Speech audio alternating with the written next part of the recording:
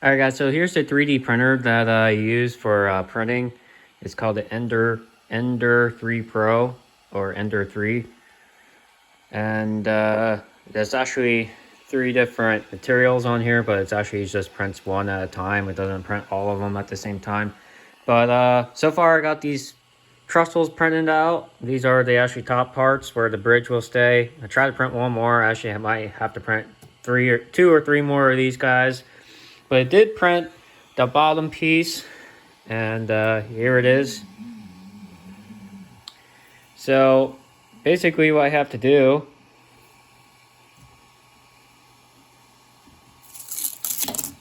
here we go is remove that off, and it's okay to move the printer.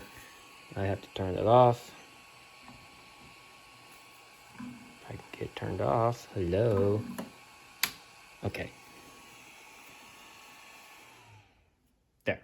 So what this is basically this piece sits here like that, and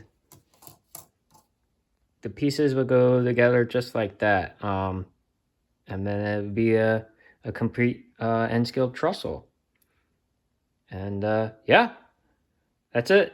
Thanks for watching. What's up, guys? Another update, and today we have some new difference. I am not going to be using this track. I'm going to use Flex Track, but this is just to give me how far I need to go before we, put that bridge in. But here's something new. We have soldered and have mounted and track feeding wires, which is this, and somewhere over here is another wire, positive and negative.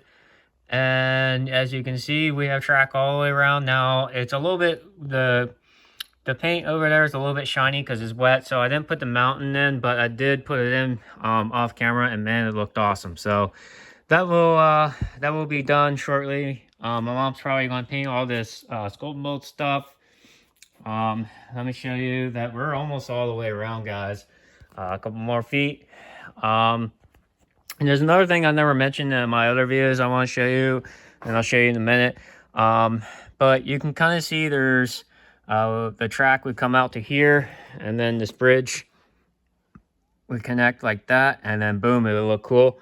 So as I'm looking around, there's a couple I missed. So what I want to actually point out is, see how there's a shiny piece that is actually a pen that holds in the track, which is that thing right there.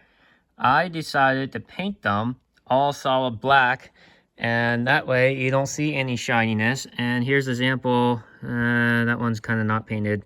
Here's an example of a black painted one of those little push pins that hold the rail and they hold track down. I did that all the way around the layout. The only sections that are not painted are actually where the tape is. I'm going to paint inside the tunnels once I get around to that. But yeah, so that is pretty much it. And thanks for watching. Hopefully in the next video we will show you what everything looks like once everything's dried and put in.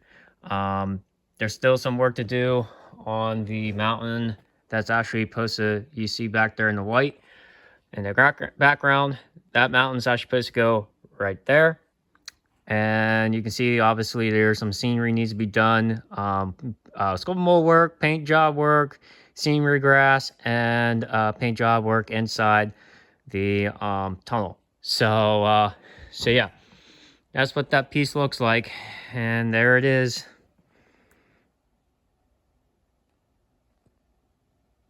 So hopefully the next update, we will have that all mounted in. My mom's supposed to come and paint all the sculpt mold stuff that I made.